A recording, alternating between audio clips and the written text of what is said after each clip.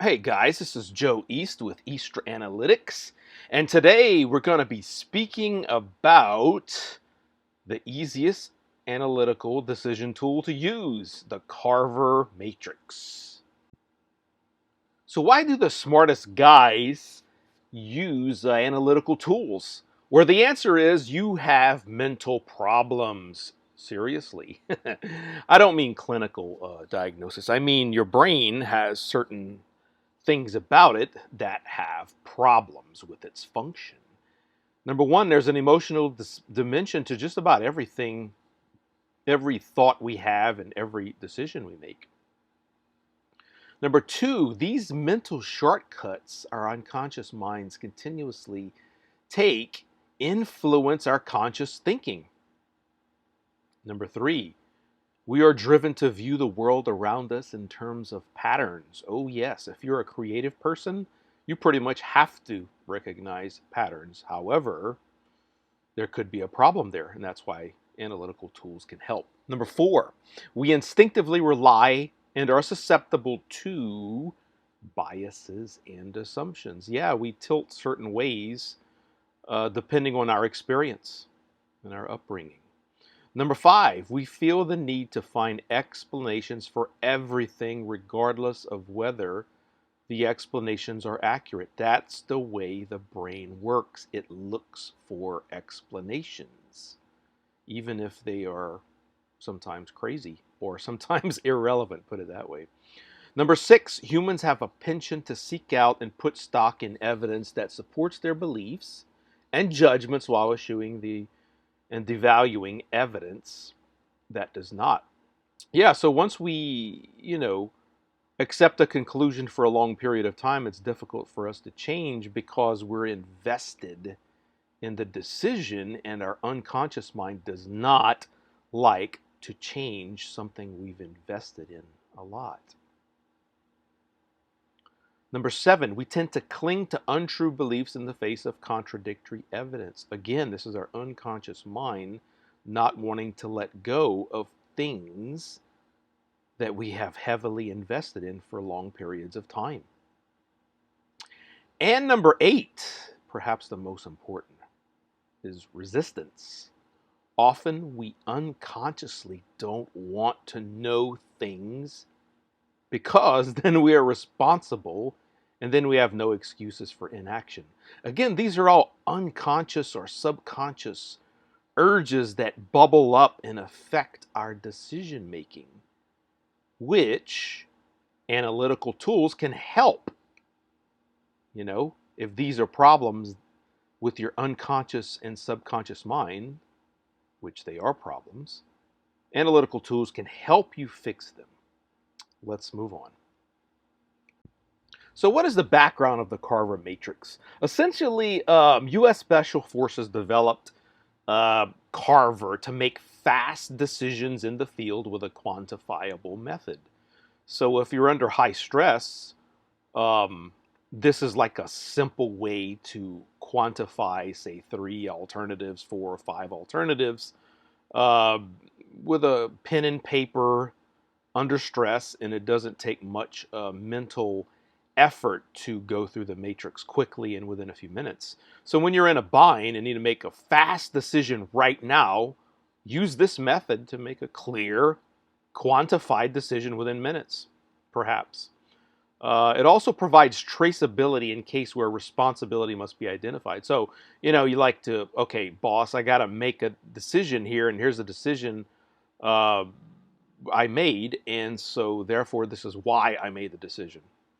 Traceability. The Carver matrix is one of the simplest ways to make a fast and critical decision. So it's important and you got to make it fast. Grab your Carver spreadsheet and just start filling it out. It's pretty simple. So let's say you got to make a decision right now. Well, let's say you have three options. What do you do? So CARVER is an acronym for criteria of decision making for each option you have. So C stands for criticality, how important is this item to you or to other people? A is for accessibility. How much access do you have to this, say, industry or to this stock? R is for recuperability. I would prefer to say recoverability. So how fast can you recover if things go bad on this option? V is for vulnerability. What is the risk of this item? E is for effect. What is the payoff of accomplishment of this particular item? R is for recognizability. How will you know you have correctly identified your target? So here's a matrix I made up on the spot with dummy uh, values for the criteria.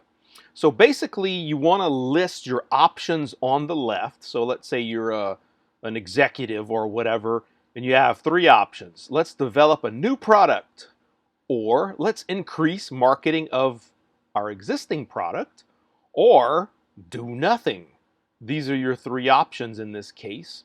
And so for each of the options on the left, you go through the spreadsheet and you evaluate individually the criticality, then the accessibility, then the recoupability, then the vulnerability, then the effect, and then the recognizability for each of the three options.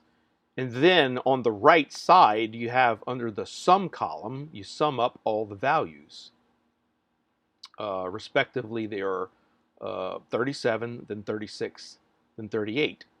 And then right to the right of the sum column, you have the rank column. So which of the options has the highest ranking of the sum?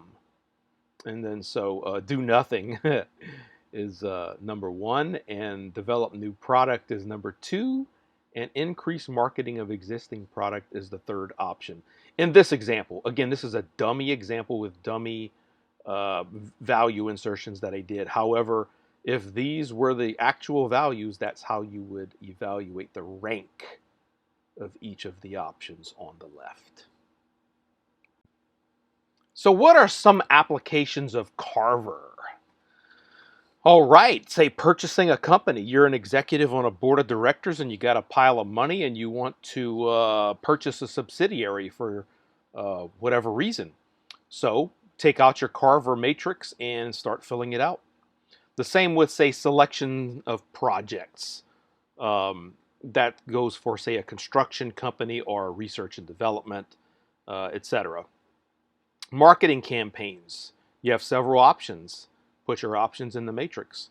Product development.